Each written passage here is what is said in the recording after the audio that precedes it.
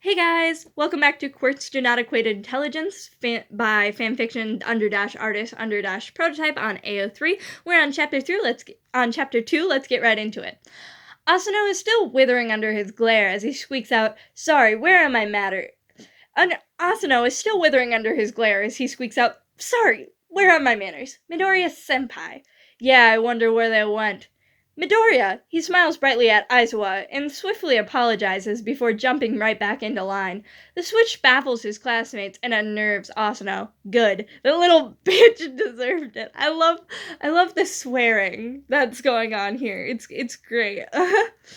But by now he's lost all interest in the welcome wagon. Instead, his attention is directed to the sounds of jeering, of yells intended to strip his current E-class to their core and ruin them. The sound of a gladiator's ring it's the sound of a gladiator ring, and Izuku had almost forgotten it. Someone mentions the cheering, that's what they call it. They call the yells of "down with the E-class" and "dirty cheaters" nothing more than cheering. He feels his teeth grit. How oblivious the rest of the world was to their little world of hatred here at Kanugigawa. It's baseball and basketball tournaments today. Well remembered, senpai. He sends another glare, and now that the principal can't touch him, can't ruin him any more than he already did when he was a student here, Izuku doesn't hold back. He's not deaf to the insult in those 3 words. You'd have to be as stupid as he was being implied to be to miss it. From the sounds of it, he knows he sounds completely the opposite of his usual persona, but heaven forbid he shows an ounce of humanity in front of Asano. It's the exhibition match. What inning are we at? He enjoys the pain that stretches across his Kohai's face as he admits that E-class hasn't forfeited yet. It seems everybody's taking your year as a shining example, senpai.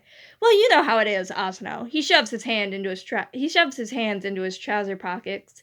Kunagigawa really draws out the competitive spirit in people. It's no surprise that E-classes are trying their best. After his sinfully funny conversation / mental gymnastics tournament with the younger Asano, he's left with questioning classmates, a too-tired teacher, and the exciting job of leading his group to the baseball pitch because apparently the girls' basketball match is over. But that's a lie. When they approach the gym, them needing to pass it to get to the basketball pitch, he stumbles upon a group of third-years who immediately recognize him. "Midoriya-senpai!" And just like that, he's got a bunch of girls bounding up to him, and miraculously he recognizes all of them, bar one girl who reminds him of Yukimura-sensei for some reason. "Kataoka! Okino! How are you guys?" He smiles because his Kohais were blessings. While E-class was ostracized school-wide, he had a good enough reputation beforehand that only his year had intended on hating him. And because of that, his Kohais had been ever present with smiles and hesitant and nervous questions on subjects. He remembers distinctly one A and 2A student coming up to him for help even when he was in E-class. "Senpai, what are you doing?" "Oh my god, that's a UA uniform!" And then they seem to realize that he's not on his own. "Oh, UA students!" He hears a few nervous hellos and a few grumbles of complaint, and turns his head back to his teacher when Aizawa speaks. "If I remember rightly, problem child, we're watching an exhibition match? So the boys are still in, and it's like he's never left, and wow, he didn't expect any of the girls in 3E to ever be in 3E. 3E girls huddle around him and mingle with his new classmates as they drag him into the field. The arrival of 3E students with a bunch of AUA students throws the general student body off their rhythm. He takes great pride when he's recognized. Nagisa isn't a prideful person, but he's pretty proud of how he and the rest of the E-class are holding up against A-class's brutality. His attention diverts, however, and thankfully so does the A-classes, at the sound of the shrieks of excitement and UA students. What really surprises him, though, is the lone quarter viewing area is filled up with the mentioned UA students. And then he's thrown for a loop, as Karma whistles besides him, drawing his attention. "Looks like Midoriya-senpai did it!" And he looks over and sees the one person before Karasuma and Koro-sensei who would look at him in the eye and see that he was there, that he was a person. And he feels so proud of his senpai as he stands there, tall and happy among among E-class students. Once E-class, always E-class. It had once been an insult, and now it sounds endearing, wearing a UA Hero Corps uniform. Wow, that was really short. We're gonna jump right into chapter 3, because that was so short. Shota watches as Midoriya changes once they're in Kanugigawa's school grounds. There's slight minimal shifts in behavior, but he notices them. He sees how the boy holds himself a bit more tense, shoulders up, back straight, and he sees how the quite unusual murmuring 1A have gotten used to the permeating the air is gone, and instead the boy is hyper-vigilant, eyes darting for a threat. Aizawa is all too happy to face head-on if it means that Midoriya doesn't act like he's waiting to be attacked. He'd heard rumors about Kanugigawa, about its intense mental strain on its students. He'd read even more about the history and forgery and cover-ups simply by reading through Midoriya's file. Kids in the bottom class didn't get perfect scores on entrance exams, nor did they get the scores Midoriya had actually been achieving in junior high. After looking into it, Midoriya Inko had paid for each and every exam her son had ever done in his third year to be remarked. And each and every time he came back with tenfold the marks the school had given him, and had consistently matched their top-tier class mark for mark, if not higher. And yet, he'd stayed in the bottom class, and the school had put the grades they gave him, not his real scores, on his official reports. And he'd started to think that Midoriya was just anxious to come back to his old school, this time no longer quirkless. All Might was shit at keeping secrets, and had folded immediately when he'd pressed him on the issue of Midoriya not having a quirk until way into his third year of junior high. And then, of course, trouble had arrived. It had arrived in the form of a third year with a sadistic smile and a dangerously close imitation of bloodlust in his eyes. And at the sight of the boy, Midoriya seems to transform before his eyes. And Shota didn't like the connotations that came with the fact that Midoriya felt he had to act like a delinquent in front of this boy. "Midoriya, it's lovely to see you. I thought you'd be too embarrassed to ever come back." The boy's tone is icy, drawing upon the seedling of bloodlust in his gaze to turn it venomous.